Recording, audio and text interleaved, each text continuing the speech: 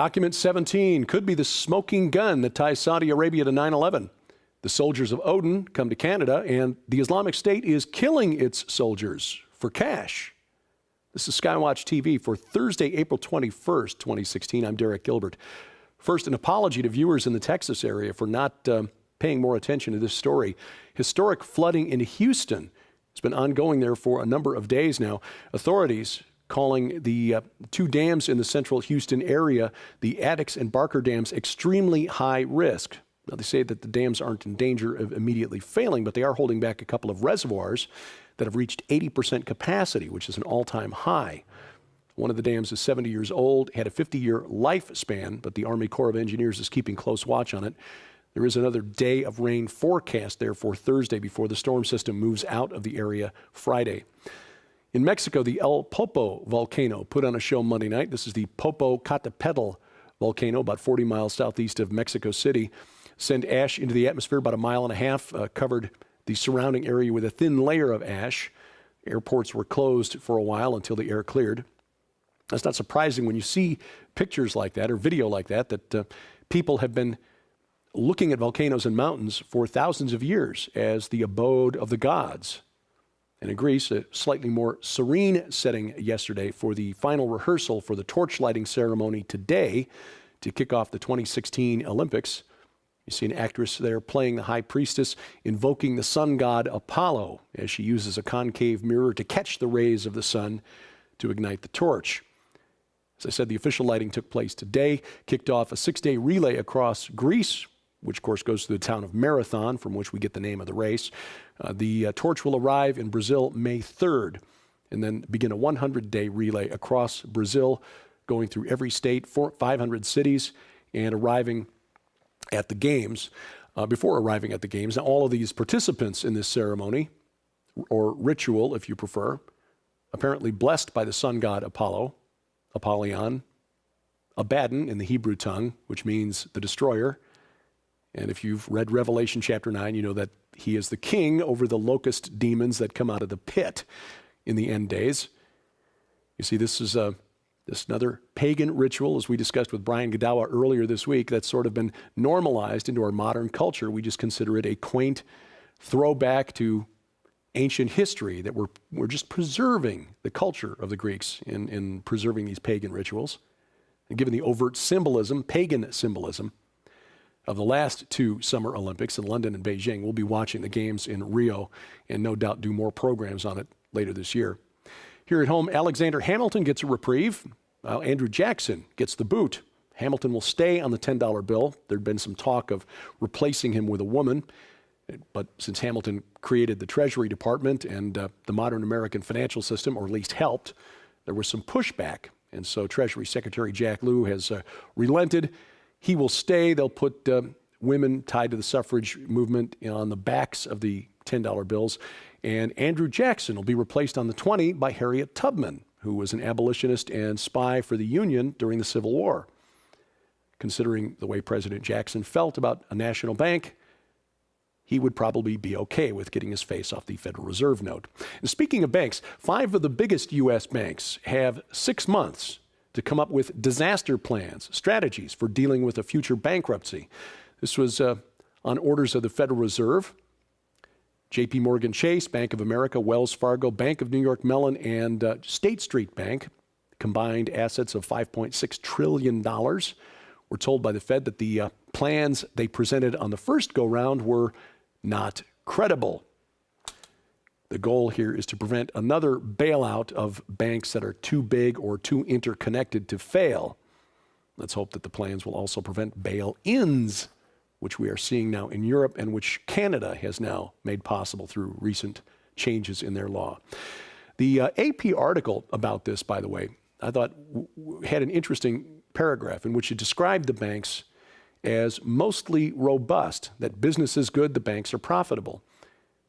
This is news to me. I keep reading that these banks are just endured their worst quarter, first quarter of 2016, since the beginning of the Great Recession in 2007. You see, they've got exposure to energy loans, loans that are backed by properties tied to the energy sector and land that was worth a lot when oil was selling at $100 a barrel isn't worth as much when oil is only selling at 35. So banks like Wells Fargo and Bank of America in particular, struggling a bit more than the AP article would have let on. Some other economic news, computer chip maker Intel announced this week that it's laying off 11% of its global workforce. This could affect up to 12,000 workers. Now, the story is that Intel is retooling. It's going to refocus its business from computer chips for tablets and laptops to the Internet of Things. You see, your next couch could have Intel inside. Interestingly, though, when you dig into this story, over the last 3 years, Intel has filed more than 6,000 labor condition applications for H-1B guest worker visas and more than 4,000 labor certifications for green cards. So isn't it interesting how the number of foreign workers brought in by Intel almost matches exactly the number of people they're laying off?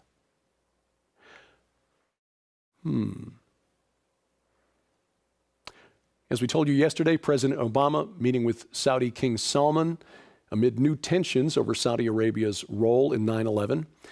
Earlier this week, it was revealed that something called Document 17, which was included in a report written for the FBI in 2003, quietly declassified by the government last July, but only discovered by an activist earlier this week. Brian McGlinchey found this and published it at his website, or a website, 28pages.org. That's a reference to the 28 pages from the official congressional report into its investigation into 9/11 that have been withheld from the public. They're available to members of Congress under lock and key, a special room down in the basement of the Capitol building. One congressman from Tennessee said that he had to stop, while reading these 28 pages, had to stop every few pages to reset his understanding of history. Well, in a nutshell, Document 17 describes one Ghassan el-Sharbi. He's a Saudi national who took flying lessons with some of the 9/11 hijackers in Arizona. He was arrested in Pakistan in 2002 after going to work for al-Qaeda as a bomb maker. Had with him at the time his U.S. flight certificate inside an envelope from the Saudi embassy in Washington, D.C. Now, this again points to the big question that was asked by investigative journalist Paul Sperry in the report published this past Sunday in the New York Post. How much help did the 9/11 attackers receive from the highest levels of the Saudi government? To which we add this question: since U.S. investigators and their superiors apparently knew about this in 2003, which is when Document 17 was written for the FBI, why has this been covered up by members of both major political parties here in the United States? Why has the government actively protected Saudi officials, especially in the immediate aftermath of 9/11? Now, as Christians, I know these are rhetorical questions. The love of money, yeah, it's the root of all kinds of evil. And we see it on display once again. President Obama has said he will veto a bill currently in Congress that would remove diplomatic immunity from foreign governments that are found to be culpable for acts of terror on American soil. And now the co-sponsor of the bill, Senator Lindsey Graham, Republican from South Carolina, has put a hold on this legislation. He said he doesn't want to do anything that would come back to bite the U.S. We told you earlier this year about the Soldiers of Odin, a group in Finland that's also spread to Norway. They patrol streets there to try to keep people safe, or at least this is their stated goal, keep people safe from immigrants brought in from Middle Eastern nations. Apparently, the Soldiers of Odin has begun to form cells in Canada. Reportedly, new chapters springing up in Quebec, Alberta, Saskatchewan, Manitoba, New Brunswick, Ontario, and British Columbia. Now, we certainly don't condone a group that names itself for a pagan deity. We also believe that unrestricted immigration of Muslims is unwise, especially from parts of the world where checking their backgrounds is difficult, if not impossible. In my view, this is just part of an ongoing strategy by globalists to keep us divided, fighting one another, too busy to pay close attention to what they're doing behind the scenes. Here in the U.S., the state of Tennessee has announced it's going to file a lawsuit against the federal government for its refugee resettlement program. The suit will be based on 10th Amendment grounds. The 10th Amendment states, and I quote, The powers not delegated to the United States by the Constitution, nor prohibited to it by the states, are reserved to the states, respectively, or to the people, end quote. In other words, the Constitution doesn't give the federal government the right to resettle refugees inside the several states.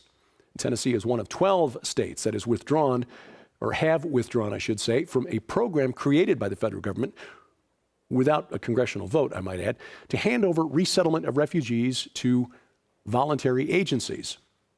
Now, this program has become very lucrative for some of these voluntary agencies, many of which are tied to Christian organizations: Lutheran Immigration and Refugee Service, Catholic Charities, World Relief Corporation, Church World Service, just to name a few. The State Department, through the Office of Refugee Resettlement, handed out $1 billion in 2014 to these volunteer organizations to resettle over 100,000 refugees in all 50 states and the District of Columbia. These people were vetted not by the FBI or the Department of Homeland Security, but by the United Nations High Commission on International Refugees. In spite of warnings from the FBI and Homeland Security that there are no databases to perform background checks on immigrants from places like Syria. We'll see what happens with this lawsuit. One bit of, I suppose you could call this good news, but it is kind of gruesome and disturbing if this is an accurate report. The recent focus on attacking the Islamic State's funding mechanisms, its black market oil trade and its stashes of cash, has put a squeeze on their finances, so much so that the Islamic State is reportedly killing its injured soldiers and then selling their organs on the black market to raise money.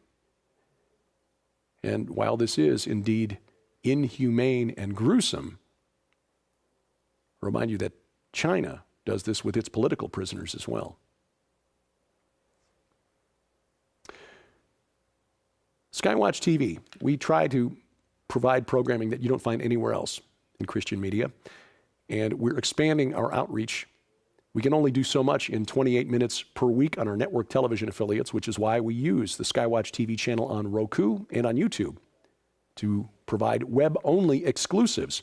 Interviews we just didn't have time to fit into the schedule with people like Chuck Missler, Gary Haven, the writer-producer of the forthcoming film Amerigeddon, Sheila Zielinski, who's sounding the alarm about the Green Movement and how it's actually a return to pagan earth worship. You'll find those online at the SkyWatch TV channels on YouTube and Roku, as well as, well, special programmings like Into the Multiverse. In fact, Josh and Christina Peck just posted a new program today about CERN in Prophecy. Fascinating program. You want to check that out. Of course, Sci Friday and other programs. Skywatch Women. You'll find those at SkyWatch TV on YouTube and the SkyWatch TV channel on Roku. This week's program on SkyWatch TV deals with Whispering Ponies Ranch and the exciting new developments there. Make sure you check it out. You'll see it again Saturday, coast to coast on the Christian Television Network, and down in Arkansas and around Memphis on the Victory Television Network. Nita Horn and Tom Horn show you some of the exciting new things that have taken place at Whispering Ponies Ranch and what your support of SkyWatch TV is contributing to. For a complete listing of dates and times and places where you can watch SkyWatch TV, log on to skywatchtv.com and then look at the top menu bar where it says channel listing. Of course, we also have a more portable option, the audio-only option, the SkyWatch TV podcast. And I'll say again that we moved it this week to Blog Talk Radio, which simplifies our workflow, but complicates things for you a little bit if you've been a subscriber, and we apologize for the inconvenience. But you will need to change the information by which you subscribe, whether it's through iTunes, the podcast app on your iPhone or iPod Touch, or some other means. We've got instructions posted at the SkyWatch TV podcast page, and you'll find that link also in the top menu bar at skywatchtv.com. Please remember that we're drawing close to the Rocky Mountain International Prophecy Conference, and if you won't be there in person, you can bring us to you through the live streaming video.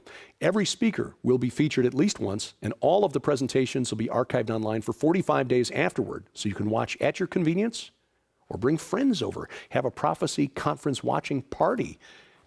For information and to sign up, log on to prophecywatchers.com. We depend on your support at SkyWatch TV, but we want you to know how much we appreciate your support. During the month of April, our thank you for your gift of $20 or more is an Amazing Grace glass block paperweight, something to decorate your desk remind you of the magnificent love and mercy of our Lord and Savior Jesus Christ. And the audiobook version of Tom and Nita Horn's supernatural thriller, The Ahriman Gate. That's our gift to you for your support of $20 or more during April. Log on to skywatchtv.com/donate. And of course, you can help us with a click of your mouse finger. Click like, share, or subscribe at these places on the internet. And if you want to find out what I'm doing on the webs, they're here. My email address, dgilbert@skywatchtv.com. Tomorrow, I get to talk to my favorite person in the world. Sci Friday with Sharon K. Gilbert. Until then, thank you for watching as we keep watch. I'm Derek Gilbert, and this is SkyWatch TV. Save nearly half off the cover price when you subscribe now to the brand new SkyWatch TV magazine. For a limited time from April 24th through June 24th, 60 days only, a 5-year subscription to SkyWatch TV magazine is just $99. That's more than $75 off the cover price, which is like getting 2 years for free. Exclusive content, articles on prophecy, discovery, and the supernatural from Tom Horn, Chris Putnam, Josh Peck, science updates from Sharon K. Gilbert, geopolitics from yours truly, and guest writers like Pulitzer Prize-nominated journalist Troy Anderson, renowned Bible scholar Dr. Michael Heiser, Pentagon advisor Lieutenant Colonel Bob McGinnis, and more. But there is more. As an early subscriber, you'll be the first to get this new book from Defender Publishing. I predict what 12 global experts believe you'll see by 2025. This is a $20 value and includes best-selling authors like Joel Richardson, Mark Biltz, Carl Gallups, Tom Horn, Paul McGuire, and more. Find out what they think about the coming war between ISIS and the Vatican, the future of the Temple Mount and the Ark of the Covenant, a worldwide manifestation of angels, and the coming age of human hybrids. And we'll also add this DVD, The Best of SkyWatch TV 2015, a $25 value, including our most compelling interviews from last year, including Chuck Missler, Steve Quayle, the discussion of the Georgia Guidestones with Chris Pinto, and more. All of this together worth more than $200, yours now for just $99, but only through June 24th. Subscribe now, SkyWatch TV magazine. Just call the number on your screen or log on to skywatchtvstore.com.